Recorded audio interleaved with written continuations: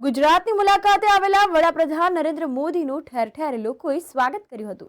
વિકાસના વિવિધ પ્રકલ્પોના લોકાર્પણ તથા ખાતમુહૂર્ત માટે હાલારની ધરતી પર પધારેલા વડાપ્રધાન નરેન્દ્ર મોદીનો જામનગર ખાતે ભવ્ય રોડ શો યોજાયો હતો।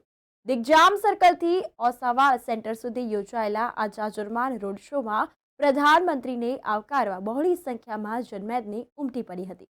પ્રધાનમંત્રીની એક ઝલક નિહાળવા સમગ્ર રૂટ પર હજારો જામનગરવાસીઓ એકત્રિત થયા હતા। રોશનીથી ઝળહળતા શહેરના રાજપથ પર લોકલાડીલા વડાપ્રધાનનો કારનો કાફલો પસાર થતા જ ઉપસ્થિત લોકોએ તિરંગા લહેરાવીને ભારત માતા કી જય, વંદે માતરમ સહિતના સૂત્રોચ્ચાર કરીને તેમના પ્રત્યેનો બહોળો પ્રેમ વ્યક્ત કર્યો હતો। વડાપ્રધાન મોદીએ પણ હાથ હલાવી એટલી જ સહજતાથી જામનગરવાસીઓએ વ્યક્ત કરેલા આ પ્રેમનો સહર્ષ સ્વીકાર કર્યો। રોડ શોના રૂટ પર વિવિધ સ્થળોએ ઊભા કરવામાં આવેલ સ્ટેજ પરથી અનેક કલાકારોએ કાઠિયાવાડી સંસ્કૃતિની ઝાંખી કરાવતા રંગારંગ સાંસ્કૃતિક કાર્યક્રમો રજૂ કર્યા અને સમગ્ર રોડ શોમાં વિવિધ રંગ પૂર્યા હતા।